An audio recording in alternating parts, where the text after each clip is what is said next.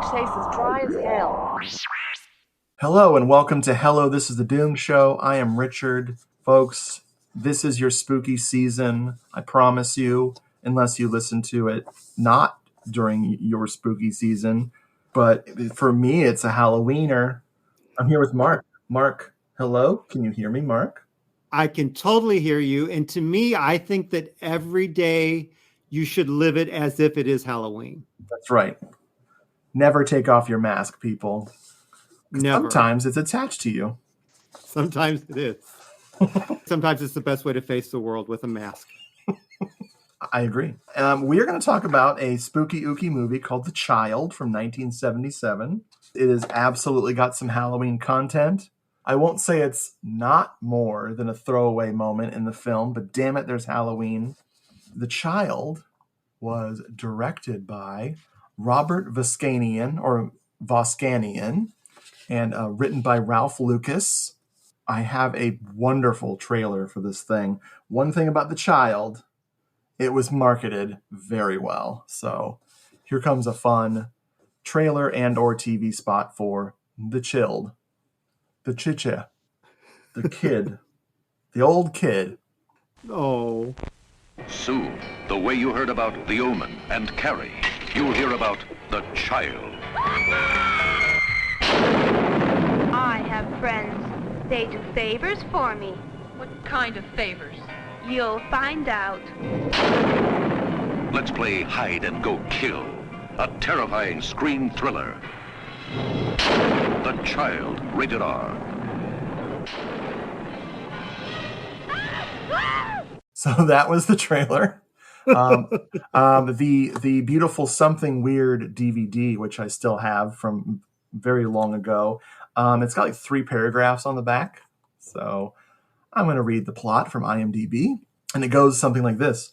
A young couple's 3-year-old daughter is kidnapped and no trace is ever found of her.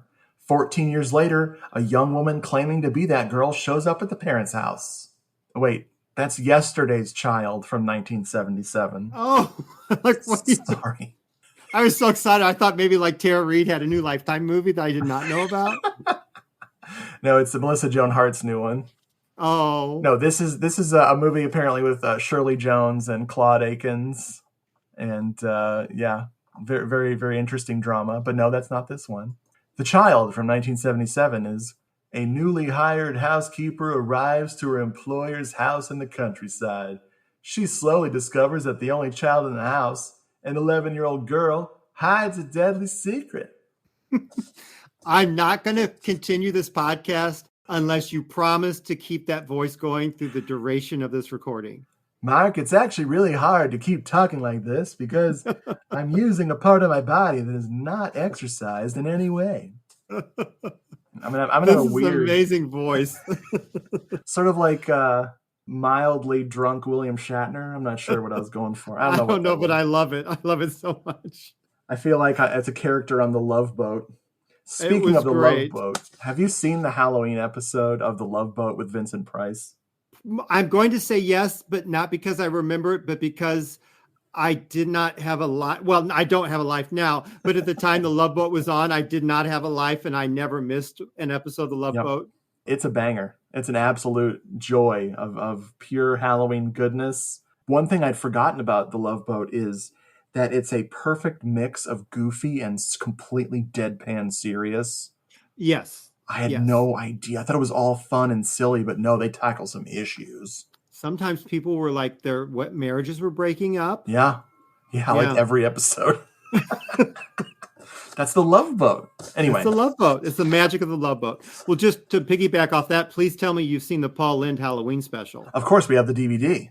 Good for you. Okay, we can continue with this. Yeah, it's the most hilarious version of Beth ever. Yeah. Like, We Don't Want to Be Here by Kiss. I felt like that was a lot of Kiss performances early on. Yes, absolutely. Anyway, back to The Child. The Child. Talk a little bit about the crew, just the writer and director. They did not do a lot. I'm going to reference the Nightmare USA book written by good old Stephen Thrower. And the dreamy Stephen Thrower. Oh my God, I love him. I love him so much. And he interviewed them about the production and what went wrong, especially since they like never made a dime on the movie and think it was a huge failure. They're wrong about the first half. I mean, I believe them. They didn't make any money, but they're wrong that it was a failure. Yeah, no, it's wonderful. Yep. The director didn't go on to do anything, Mr. Voskanian. But Ralph Lucas went on to write Planet of Dinosaurs from the same year as this, and a horror movie / thriller, maybe more of a thriller, called Zipper Face from 1992. And that's the only way you can say it. You got to go Zipper Face. So I'm not familiar with Zipper Face, Me but neither. I if have it's no the idea. Planet of the Dinosaurs, I love that one. If it's what I'm thinking of. Let's see. It's Planet. Oh, Richard, you need Planet of the Dinosaurs in your life. It's goofy fun. That poster. Yeah. Oh, the poster's amazing. It's so much fun. You Duly really need noted. this in your life. They're all so hateful to each other. The crew is they turn on each other, drop of a dime. Yeah, you've got some really, like, the jumpsuits are like men in jumpsuits. Like, it's amazing. You have mustaches, 70s mustaches. It's just wonderful. And then you got the like a little Ray Harryhausen-esque stop motion dinosaurs. No, boy. it's great. I'm into it. Zipper Face is about a lady cop trying to catch a serial killer. And of course, the serial killer is completely kinked out in his head to toe leather gear. And it looks like it's the most early 90s thing that's ever happened. So I feel like I need Zipper Face in my life. we all do. Well, the movie and the actual Zipper Face. Oh, yeah, I didn't mean the movie. I just meant, yeah. I'm sorry about that. So characters, we're going to run through the characters right quick before we jump into the plot. And also, spoiler warning, if you haven't seen The Child, please watch it. I think they didn't release it on its own when they did that. Was it the Homegrown Horrors, or was it... was that Arrow Video that did? I know The And Witch That Came from the Malatesta. Sea was on one. Because I love The Witch That Came from the Sea. That's an amazing Yes. movie. It's a set called American Horror Project. Yes, and The Witch That Came from the Sea is on that one. Because the one you're thinking of is Vinegar Syndrome puts out the Homegrown Horrors. Oh, okay. The Child, I know you can find easy to watch, and I'm sure there's copies of the old Something Weird video DVD floating around out there. Spoiler alert, we recommend you go watch this movie. Wholeheartedly. So characters, we've got Laurel Barnett. She plays Aliciane Del Mar, our babysitter / tutor who's coming to work in a little town. This actress did some TV episodes. Most notably, she was on an episode of Barnaby Jones. Very fun, 70s crapola TV. Rosalie Cole, she plays Rosalie Norden. She's the star of the picture. She's our titular child, she did nothing after this, and I don't blame her. You cannot top this performance. That's what I was thinking. A lot of these people did nothing after, and I think it was just like, I can't rise above this. No. This is the pinnacle of horror and the pinnacle of my career. I done. Quit. Yeah, this is it. Next, we got Frank Jansen. He plays her father, Mr. Norden. He is sort of my favorite character in the movie. He's a very stern father figure, to say the least. He did some TV episodes of The Waltons and Gunsmoke. And then we've got Richard Hanners, another actor who didn't do anything. He plays Len, who is older brother of Rosalie, son of Mr. Norden, and he's got a little crush on Aliciane. Well, and I think she likes him back because she has eyes, because he's kind of hunky. He is, and they have a special dream dance together in the movie. We've got Ruth Balan. Ruth Balan plays Mrs. Whitfield, the busybody, the local busybody. She was on an episode of Charlie's Angels, and apparently, according to the trivia, she was the hardest person to work with on the film. She was a stage actress, and they couldn't get her to stop like bellowing and like performing to the rafters. They had to keep reminding her that this is a movie. Let's see. Those are the main people. Those are our characters that have speaking roles. And that's how they got their SAG card or their SAD card, because they never acted again. Oh. Oh. Too mean? Is that too mean? No, because I really do feel like they just knew they could not top this movie. Right. They gave it their all, even if their all was confusing. We got it. We got it. We did get their all. All right, so the movie opens up with some sound effects, piano, synthesizers, which I'm all about the synthesizers of this movie.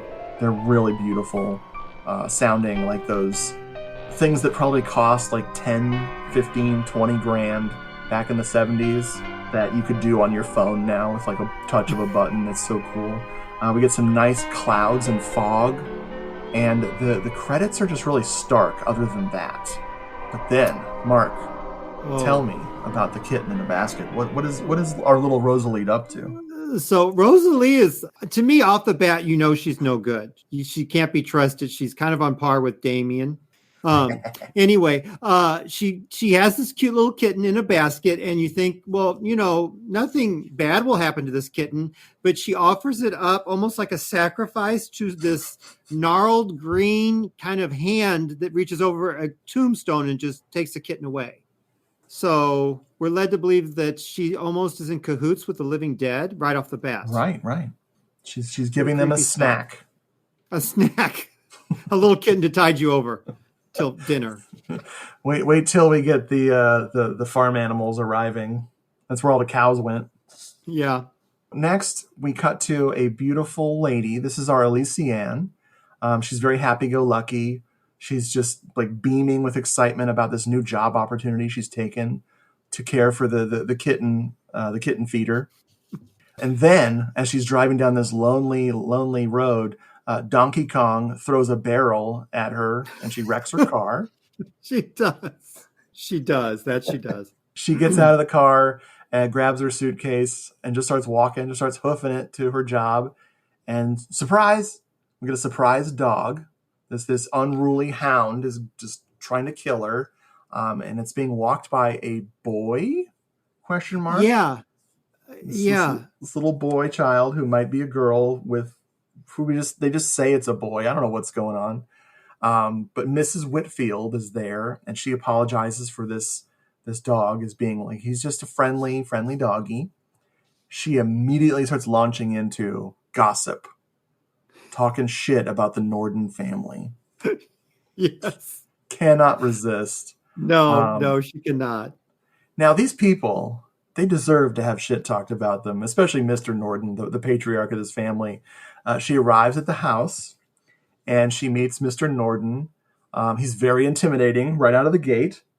And then he says something to the effect of, "I can't stand nervous women." Then he hired the wrong woman for the job. Also, he brought her into the worst fucking situation to bring even a normal woman. Freaking dick. So right, yes. We also meet Len, the son. Is he sort of smitten with her from the beginning, or is he just strange? I can't recall. I can't figure out, so this is filmed in California. Sure. But to me, this seems like it's almost like, and I don't mean this disparagingly of any place, but it seems more like they're like mountain folk or something to me. Like they don't interact with other people. Exactly. Another fun fact about this movie that I did not know until taking notes for it. This is supposed to be set in the 1930s. Did you have any idea? No, Yeah. but I'm fine with that. That's fine. But so they just seem very aloof. Like you were saying, like Len just seems kind of aloof. It's like, have you ever seen a woman? I don't know. It's very odd, which adds to the whole feel of the film for me. I'm okay with that. But yeah, they're just all kind of socially strange. That reminds me of the line from Poor White Trash 2. Bo don't know what girls is for. And Bo goes, "Do too. I've been watching." Yeah, good times. So she gets to meet her little girl that she gets to tutor. Tell me about when the awkward encounter between Rosalie and Elysian. Well, so it's late when she gets there because knew she had to go to her job, but first she's got to stop by Miss Whitfield's place and spends a lot of time there. And then so she gets there very late, and Rosalie's already in bed. But now Rosalie, like Richard, I don't want to put words in your mouth, but to me, she's not really a child, even though she is the child. She seems more like a teen to me, like a preteen. Yes. Like she might even possess a driver's license. We don't know. But she's asleep in her room, which is oddly decorated for a child of her age, because again, she seems so much older, but there's toys in there that really seem for a younger child. But anyway, she's asleep. And then Alicia comes in at night and just stands over her while she's sleeping, which would be the most jarring way to meet your babysitter, nanny, tutor. Yep. And she's also wearing like this frosted eyeshadow that's only of this time, except it's not, because you just told me it's the 30s. So no one would be wearing that in the 30s. Yes. They were like, okay, so this is the mid 70s. What's the most like anachronistic decade we could set everything in so that all of the decor, all of the fashion, and especially my blue eyeshadow that stands out like the frickin' Homer Simpson's makeup shotgun from the frickin' Simpsons. I like how I said Homer Simpson from The Simpsons. That's good. Right. Yeah. Hey, everybody. It's like Mr. Family from Family Guy. You know what I'm talking about. Yeah. Now, I love the house, just real quick, but did you notice how, like, it was in bad shape? Like, you could tell they were trying to shoot around it, but like there was water damage, like in the corners. But the house, you could tell at one time was beautiful. Yeah, that's some more trivia. The house that they filmed in was marked for demolition. So they literally went in, filmed this film, and then this filming location was torn down like right after. Oh. Yep. So to me, it should be like a historical monument because of this. You could probably go visit the plot of land. It's probably a parking lot. It's and they won't let you in until they smear that blue eyeshadow over your eyes. Everyone has to go with blue eyeshadow on. It's a Chipotle, but you still have to do the makeup. Yeah. I would love that. So down at breakfast the next morning, we have this wonderful conversation about anagrams. And grapefruit. Who gives a child grapefruit? That's just a weird choice to me. Like, I'm like, she's going to friggin' hate you. Like, as a nanny, tutor, babysitter, you're going to want to win this child over, and grapefruit's not the way to do it. Yeah. But then on top of that, she starts flirting with her brother like Rosalie doesn't even exist. Both not great. Exactly. This child's going to hate you forever. But grapefruit, like, I didn't even appreciate grapefruit until I was like in my 30s. You know, I'm still not a lover. You're a lover, Mark. Come on. Yeah, but what we also figure out, which makes Alicia Ann's behavior all the more like a poor choice, is that Rosalie has special powers because she can manipulate things with her mind. Yeah, we find out very quickly from the kitten scene and from this that Rosalie is a very special child. You don't want to make her mad. No, sir. We see one of her first drawings. We get some nice foreshadowing from her drawings. So I think we see is this the drawing of the funeral of her mother? Yes, but it's done so well. Like, it's not a drawing of a child. It's like a professional cartoonist. She's going to enroll in art college immediately after this movie because she's, 17 years old. Yeah, right. Yeah. So Mrs. Whitfield is already getting menaced in her home by some unseen force. You get plenty of POV shots. So there's something creeping around out there. Now, real quick, though, her house is weird to me. It's gigantic and it's set up strangely. Yeah, it's got a weird architectural style to begin with from the outside. And then the inside of the house is like, there's so much red in the decor of this movie. Like, red is like the color of this film. It's crazy. I haven't gone 4K yet, but I feel like this movie would explode in 4K with color. Like, I would love to see this. Yeah, I would love to see this in a 4K. Sure. I would love to see that. Her basement is the nightmare basement that I would have like been completely terrified of as a child. Like, nope, not going down there, Mom. Don't care. Yeah, no, the whole house is just very weird. Yeah. It's like, And I don't know if it was like a choice to hide things, but like almost every wall is lined with a curtain. I think that's absolutely what they were doing. So I'm like, what are you hiding? To me, I kept getting mortuary feel, like not the movie, but a mortuary, because there's just Ooh, curtains. I'm like, totally. are you just hiding viewing rooms behind all these curtains, Miss? It might have just been windows too, just so they could work at night. I guess maybe, but No. just to me, it was creepy and unsettling. But anyway, like, and so there's something in the house with her that we don't really get to see. There's like, she's attacked from something behind the curtain. And then just out of nowhere, like Rosalie appears outside. It's a really creepy reveal. Her dog is menaced outside. And there's like the scares on the stairs.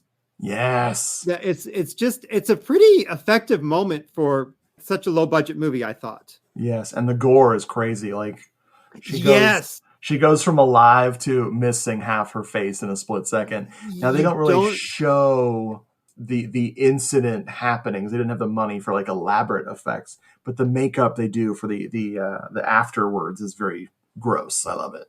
Yeah, and to me it's jarring because you don't expect that from something of this production value. So it takes you off guard almost. Totally. Yeah, I think it's pretty cool. Then we have some strange donuts at the dinner table. What is up with these donuts? You're going to have to help me with the donuts, Richard. Elysian made donuts for them for dessert, but we can just skip that. There is the story about the Boy Scout troop, though, the Oleander comedy. Oh, that was so weird. You want to talk about that? If I get it right. So was it like the Oleander poisoned? Yeah. And the Boy Scouts died? Yes. At dinner, Dad was talking about these dumbass Boy Scouts who cooked a special meal in the outdoors with Oleander. And the Boy Scouts ate it, and the whole troop died. And this makes he and Rosalie giggle and laugh like crazy. It is like the funniest thing they've ever heard. It is like the best joke ever told at dinner. And like Len's giving Elysian, which is like the strangest, longest name to give someone, Elysian, like these side looks like this isn't like, I'm not sharing in the humor on this one. I find this very off-putting. He's like, I'm adopted. Right. I'm adopted. Please don't. Yeah. Please don't. Please don't. Killed every one of them. Died like flies.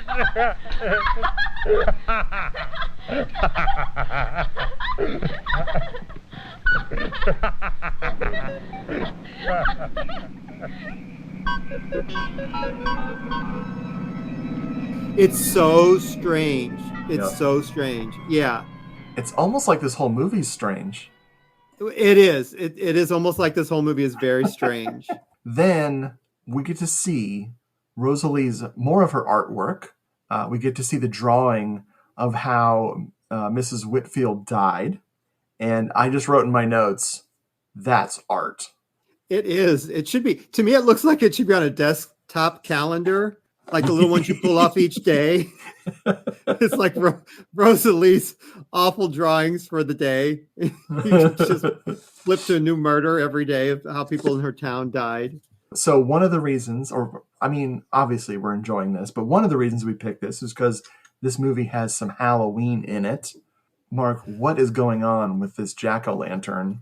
Yeah, so it seems like a forced Halloween thing because she's having a party, but we don't see any of the people in attendance at all. Yes. But it's talked about her having a Halloween party because Elysian feels like the need for her to have one. But there's a scene with a jack-o'-lantern, which is kind of creepy to me because it like she blows it out and it lights up again on its own accord and then starts to like turn to follow her.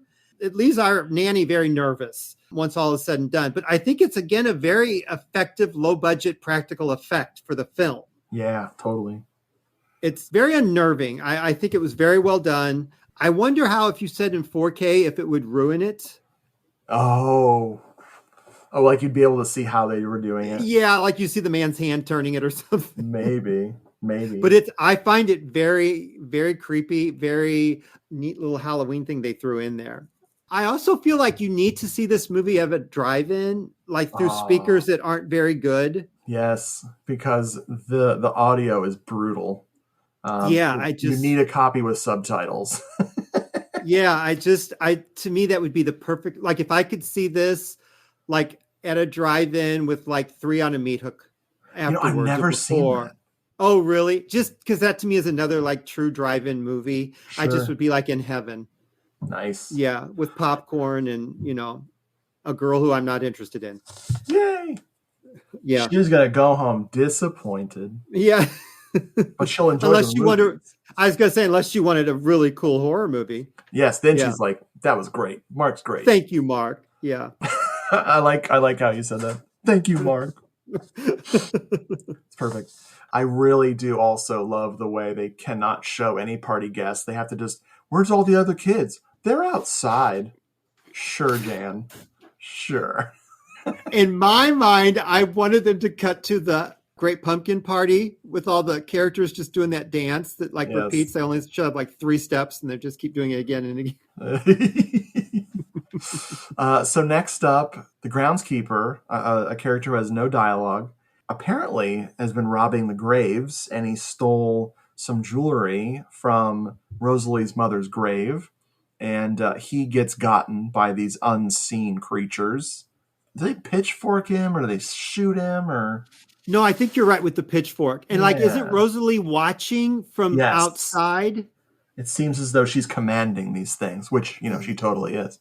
To me, I got the feeling that he's like kind of nervous around Rosalie. Like he already Yeah. knows there's something up with this child. Which is why you don't steal jewelry from her mother's grave. Duh. Exactly. Duh. Well, and earlier on in the film, they even mentioned something like her mom kind of had powers as well. Yes. Yeah. So up next, Rosalie, she finally fesses up about her fiendish friends. Why don't you tell me about when she does that, and then we get the totally left field dream sequence. Yeah. Well, now it's Alicia Ann that kind of like confronts her. Am I correct, or was it her father?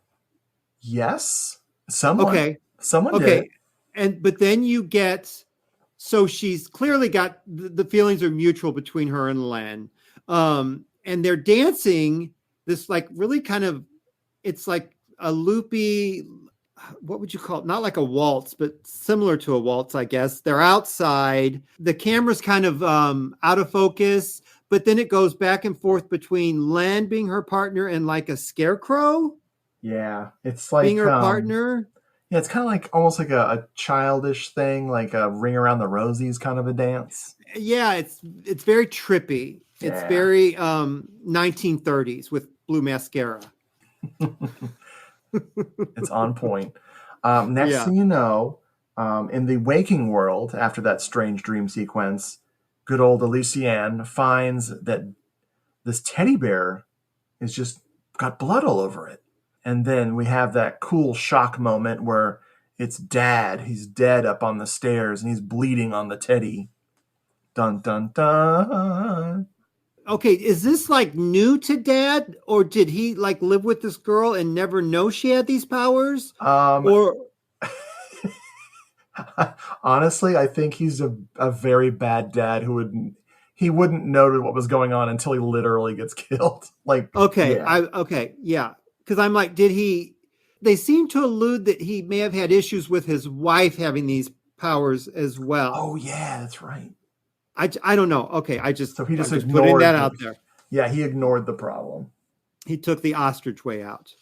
Okay, hard to breathe. Sorry. Hard to right, breathe. Hard to breathe. So now Len and Elysian have to start running because they're being chased by one of Hello, This is the Doom show's most prestigious actors, Dea Fernida.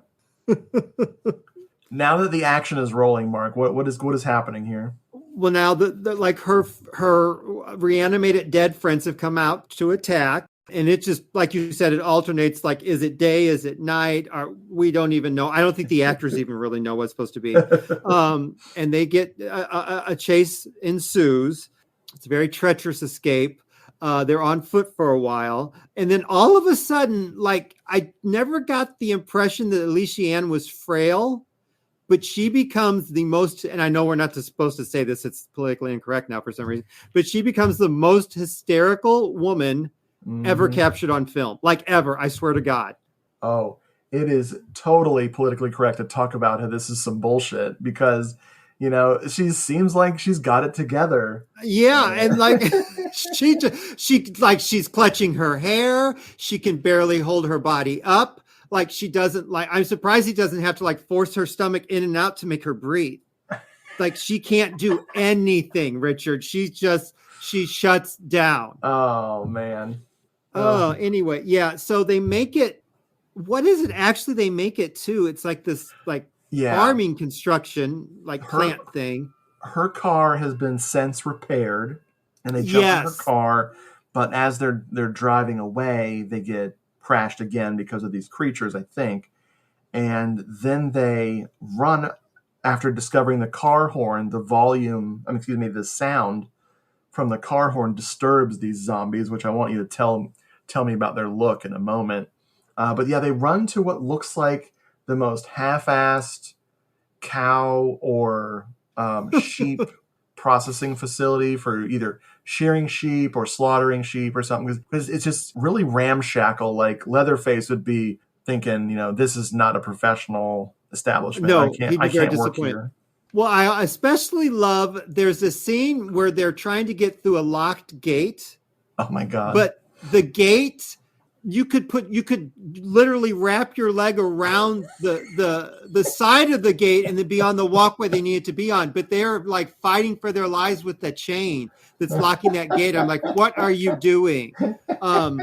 But yeah, they finally make it, up into this. And again, it seems like they're doing everything you don't want to do in a horror movie. They're going higher and locking themselves into a smaller space where there's no chance of exit. And they've locked themselves in this room. They're being chased by I am in no way making fun of this movie because I love this movie. They look like the living dead from Children Shouldn't Play with Dead Things. Absolutely. Like they're not flesh. It's almost like crepe paper is hanging off them for torn flesh effect. They're kind of pretty cool effects for what we're dealing with. They're like creeping on them. I love the fact that they're kind of gaining access from the floorboard underneath them. I thought that was really creepy as shit. Len's on his own because, Alicia Ann's just shut down. She is of no use to this man whatsoever. No, sir. He may as well have a hand puppet. They're breaking through the bottom floorboard. They're coming through the walls. Really everything you expect from a zombie to do, these zombies are doing. It builds up tension really well. You do want to slap Alicia Ann. It's so bad. She this poor actress, man. Like it's just so annoying. I love Len's speed hammering so they're pulling all these pieces of wood off of like tables and chairs and shit to hammer up to block themselves in. And the hammering that Len is doing is like speed hammering from hell. If they got married, she would have a horrible time on their wedding night. That was my joke.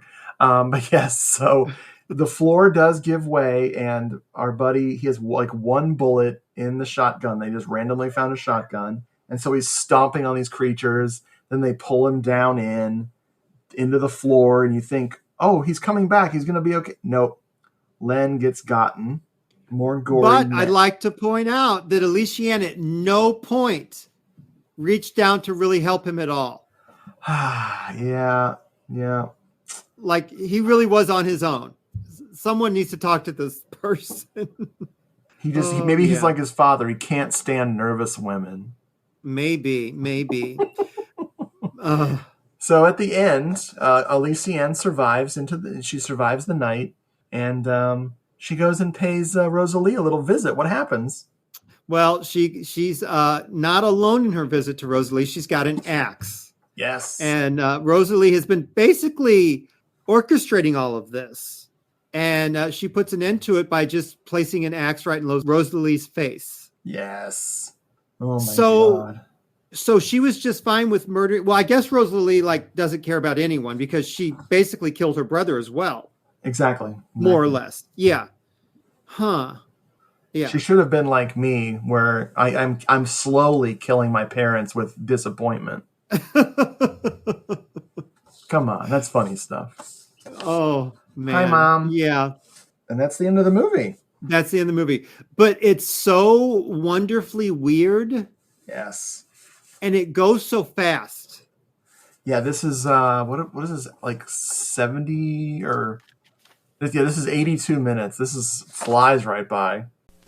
Make Halloween fun with one-stop shopping at Woolworth or Woolco for your Halloween needs.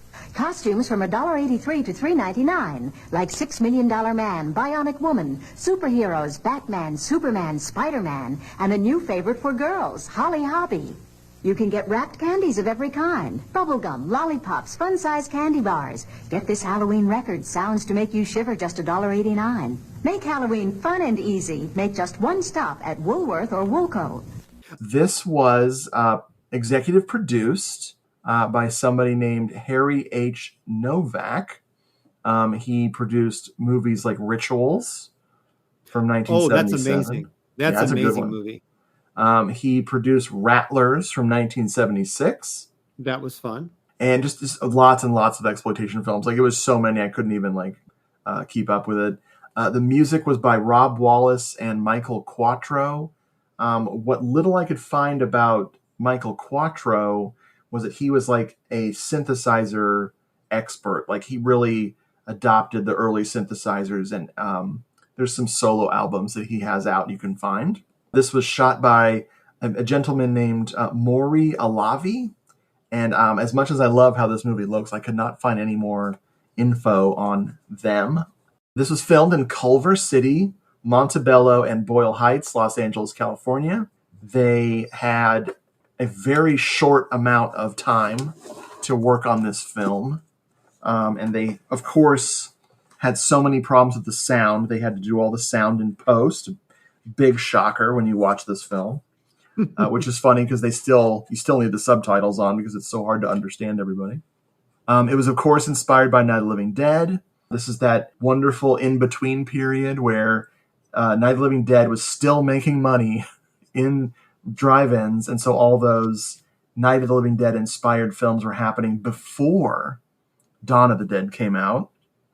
And I'm trying to think of anything else I learned from the making of it. Yeah, they kind of shot it in 1973, 1974, and then the dubbing and the editing was done up until 76. So I love that, like you said, the Night of the Living Dead aspect of it, but they decided to also throw in a zombie controlling child. Yes, a killer child movie. Yeah, I love that aspect of it. Beautiful. Yeah. Now, just real quick, because I always do this in my head. Have you ever seen the movie The Pit? It's a Canadian film from 1981. Oh, yes. This is very like The Pit. I would pair this with The Pit for a double feature viewing. I love it. I would totally do that. This played in approximately 1,200 to 1,300 theaters. And because of their bad contract, the filmmakers made very little money. Oh. They're not very happy with the executive producer, Harry Novak. He did not give them a very good deal. And there's if you guys can find, I think it's out of print, Nightmare USA by Stephen Thrower. But I'm sure smart people out there will be able to find a copy, if you know what I mean. I mean, I recommend all of Stephen Thrower's books, but Nightmare USA is just such a joy. He talks to so many filmmakers in this. Like, you really get a feel of how exploitation cinema works from the book and all the weird trials and tribulations of indie filmmakers. It's very good. It is a must-have if you're a horror film fan at all, to me. Oh, yeah. Yeah. It's the kind of book you sit there and make lists out of, like, I need to see this, I've got to have this kind of thing. And I want to give a shout out, folks, if you're new to cult cinema at all, and you haven't heard of Something Weird Video, you are in for a treat.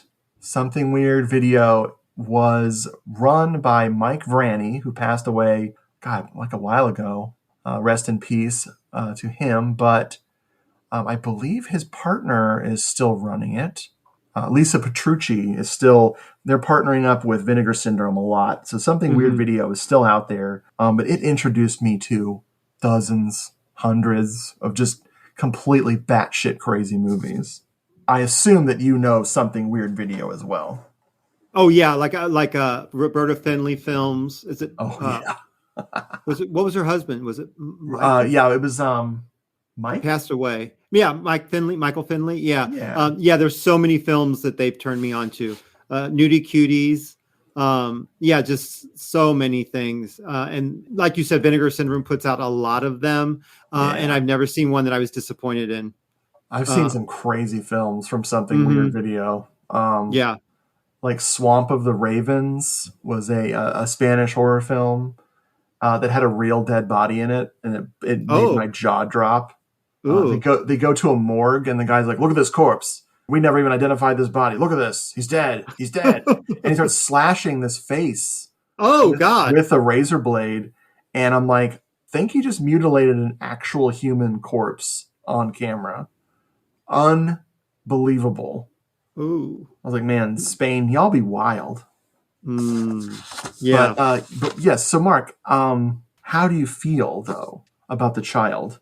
Be honest. Oh, I love this movie. I know I say that about every movie, but I really do. I don't think I'm your typical movie watcher. I will say that right now, but it is so strange, but in a good way. Yes. It's like to me, it's like wrapping yourself in a comforting, warm blanket. Absolutely. For the fall. It's just got those vibes. I'm not a huge zombie movie fan. So if there's a zombie movie I like, I really, really like it. And there's not many, and this is one of them, along with like Return of the Living Dead. And like I said, children shouldn't play with dead things. And there's something about this. I like the weird, like child aspect of it. It leaves you with lots of questions, but I'm okay with that. It's just so strange. Like we said, it was filmed in California, but there's something about it that seems very like Midwestern to me. Like if you said this was filmed in the Appalachian Mountains, I'd be like, yes, it was. Absolutely. I just love that about it. Like these people might be like just a little bit far off neighbors from the people in Pumpkinhead. I'd be okay with that. I just think it's a perfect fall watch. Nice. A crisp evening out there, and you dim the lights and have a cup of cocoa and watch The Child. Nice. But don't actually watch your own child because they're out in the graveyard. Right. Letting you down. feeding kittens to things. Yes, don't feed kittens to ghouls. Come on, guys. So yes, No. I love this too. This is so moody. The audio is the one thing I can complain about when it comes to the dialogue.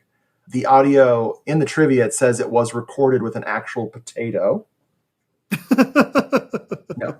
I love how this is bathed in red and just so the camera work's really delicate to me, and it's just so pleasing to the eye. The odd camera angles too are just really special. The creature effects are funny as hell because you've got the aforementioned crepe paper faces, but I love how they look sort of like stormtroopers because they're kind of like black bodysuits with like gray and white paint on them, so they kind of look like they're all the same too. Very much so. Yeah, all of these people died on the same day and then were brought back. I mean, were they supposed to be like miners that had died in a mine altogether? Ooh. I don't know. I'm just adding lore to the movie that maybe they were Boy Scouts. Oh, that'd be amazing. Now it's more like the children. Yeah, now it's Cemetery Man. Oh, that'd be great. So great. Would be great. I love the music, and I just this is a great simple story that's very fun with lots of kookiness to it. Whew. So that's The Child. But before I let Mark ski-daddle and get to his trick-or-treating schedule, his strict apple bobbing, pin the tail on the zombie games, we're going to do a special version of most recent and most recently loved, where we're going to pick a spooky one, a Halloween season title. So, Mark, what is a frequent Halloween favorite that you watch around this time of year? Now because it's my birthday. My birthday's Halloween. Woohoo! So I'm gonna ask for a present from you. There's two movies I want to mention really quick, if that's okay. Please. So growing up, our PBS, our local public service channel, Channel 9, would always show The Haunting every Halloween from 1963. And I remember watching that when I was super little, and it was black and white, and black and white films never bothered me as a kid. And so I love The Thing. It's based on a book by Shirley Jones. Shirley Jackson. The book was Jackson. No, no, Shirley Jones from the Partridge Family. No, Shirley Jackson. It's got your lesbian undertones. It's got amazing practical effects. It's got strong performances by Julie Harris as Eleanor, our lead. She was also in Home for the Holidays. I recommend that one. It's a TV kind of a slasher. Claire Bloom is in it. She plays Theodora, the lesbian also in question. She was in The Illustrated Man with Rod Steiger, who I love more than anything. Yes. This is one of those things. It's like, God bless the programmer of that station, because they turned me on to this film that, like, I cherish it as a childhood memory, and it's just a wonderful film. If you've never seen it, if you've never read the book, make this part of your Halloween tradition. Nice. You know why you said Shirley Jones? Because I put it into your head with my Yesterday's Child joke at the beginning. Well, and actually, I wrote Shirley Jones in my note because I love the Partridge Family. Nice. Because I'm a dork. Hey, no, I'm a dork. I love The Music Man. It's one of my favorite films of all time. So. Oh, Walt's a big Music Man fan. All right. Now, do you want to go and then I go, or do you want me to just do both mine? Go ahead and do both yours. Okay. So are you okay with the story aspect that I throw along with these things? I love it. Do it. Okay. So number 2 is John Carpenter's Halloween. Oh. From 1978. But not what you're thinking, Richard. I've heard of it. No, not what you're thinking. So I was, in the 80s when VHS first started, I was the dork that wanted to buy them from the video store to watch over and over again. And they didn't even know what I was talking about, let alone why would you pay $89 for a tape that's been watched again and again and again. Exactly. So I talked them into it. They sold me a copy. I watched that copy religiously, probably once a week for decades. Wow. Okay. So I did not realize, and I don't know if they did this on purpose because they saw a schmuck coming, or if they didn't realize it, or if someone ordered it and didn't know what they had got. But what I had been watching all those times was the television edit that they had filmed during the making of Halloween 2. Oh my God. So it wasn't the one that went to the theaters. It was the one that was made for the television. The NBC put up like $3 million to buy the rights to show it on TV. Sure. So I was familiar with it. It didn't have any nudity, which I didn't think anything of it. And it had extra scenes, like one with like Dr. Loomis, at the review board for Michael's release. Yeah. And then one of him confronting Michael Myers and everything. Well, I eventually got the Anchor Bay DVD, and I was like shocked when I saw PJ Soul's nipples, because that was like seeing my sister's nipples. Like, I love PJ Soul's. So my tradition for everyone should be watching the TV version of Halloween. Oh man. Yeah. I'm going to do that this year. I'm absolutely going to do that. That's great. I had no clue, Richard. I was the biggest dope. That's so cool. Yeah. This is what happens if you don't have anyone to talk to. It's like, yeah, no, I was just some kid, and I'm like, oh my gosh, I got to have Halloween. And it's like when you're really bookish and you say words all wrong because you've only read them. Right. You never heard anyone say, yeah, exactly. Richard, I wish you could have seen my face, because the one I had, it was just cropped right above her nipples. And then when her nipples came on my screen, I about died. Was that your first time seeing them? Yeah, because I'd never seen it uncut. Like, I always had seen the TV version. I meant nipples in reality? Yeah, woman's nipples. No, because I had probably seen. Oh. I couldn't resist. Well, mine is a new favorite. We watched it for the first time this year.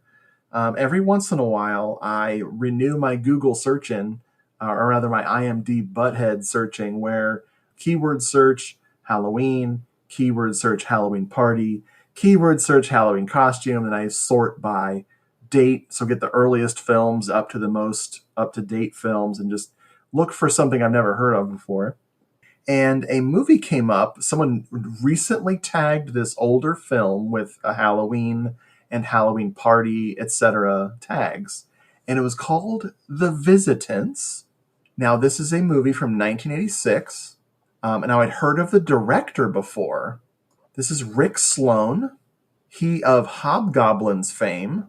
Oh, Hobgoblins. Which I've still never seen, with its 2.2 on IMDb. Oh, no. You need Hobgoblins. Yes, you Jeffrey. need Hobgoblins in your life. Yes, Jeffrey has been telling me to only watch the MST3K version, but I'm not gonna listen to that advice. I'm going to watch the plain old Hobgoblins without the robots and Joel or Mike talking me through it.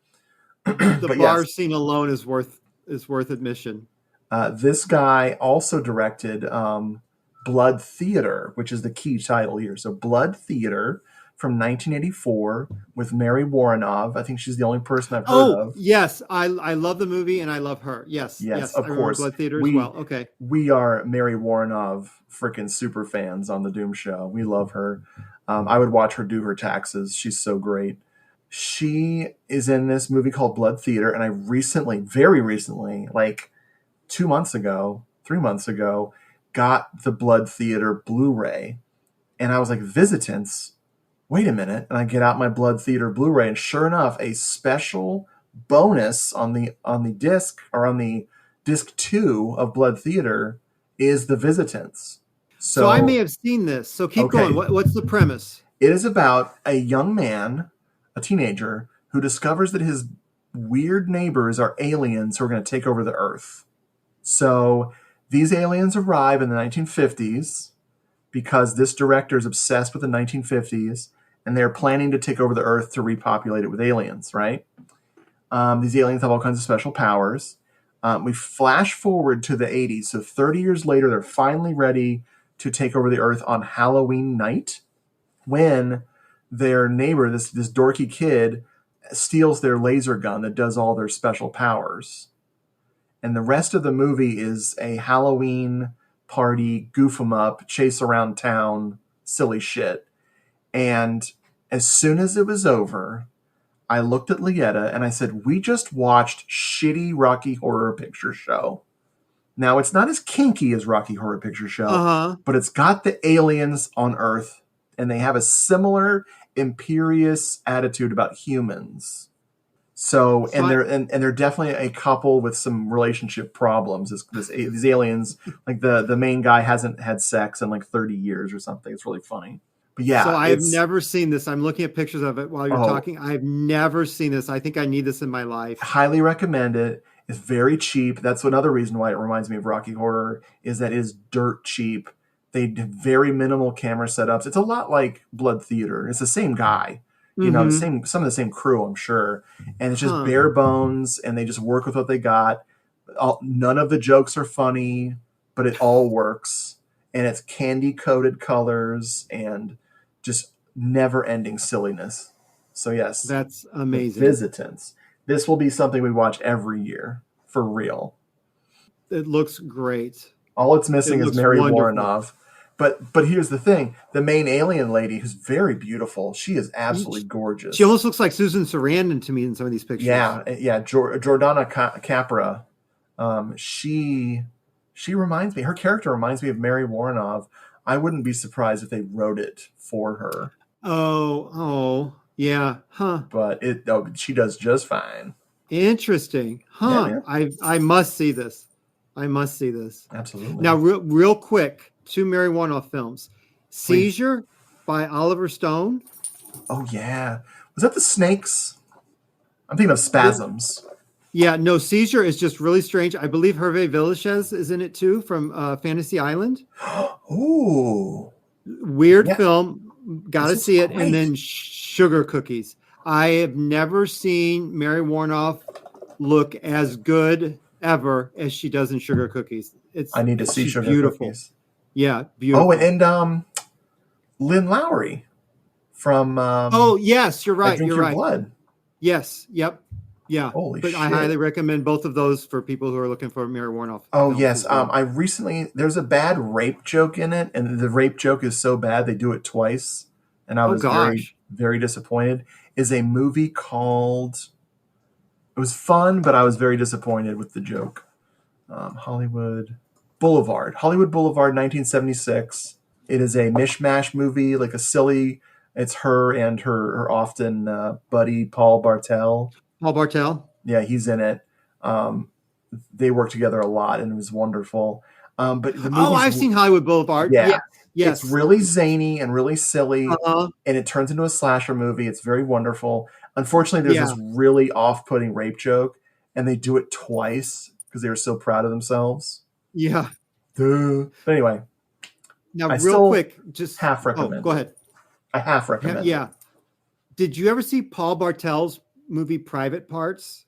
No, I just saw Eating Raoul for the first time this year. I love Private Parts. Back in the States, Scream Factory put it out. It to me is so underrated. It's like a pseudo slasher.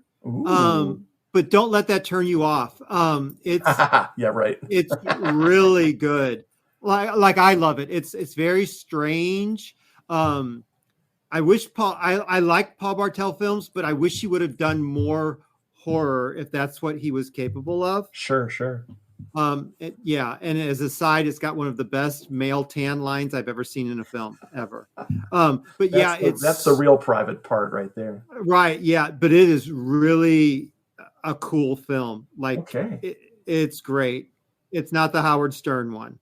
Oh, please. That's all. Yeah. Well, let's just go back to the 90s and stay there forever. Good God. So yes, Seizure I will watch, Sugar Cookies I will watch, and Private Parts I will absolutely watch these things. Yeah, it's from 72 if that helps find it. The Private Parts one. Yeah. I know how to search for Private Parts. Come on. I was going to say, Leanna's going to check your search engine and be like, what are you doing? Well, Mark, thank you for joining me on this Halloweener of an episode. This is the best birthday gift ever, Richard. Woo-hoo. Thank you. Man, I am so excited for your birthday. Yay. And Me folks, too. Thank you for listening. Have a safe and spooky Halloween. But, unless you like danger, then go do something dangerous. Make your non-reflective costume and go play in traffic. Whatever you want to do. It's the 1990s. I trust you. Yeah, right. Everything's good. Bye, folks. Au revoir.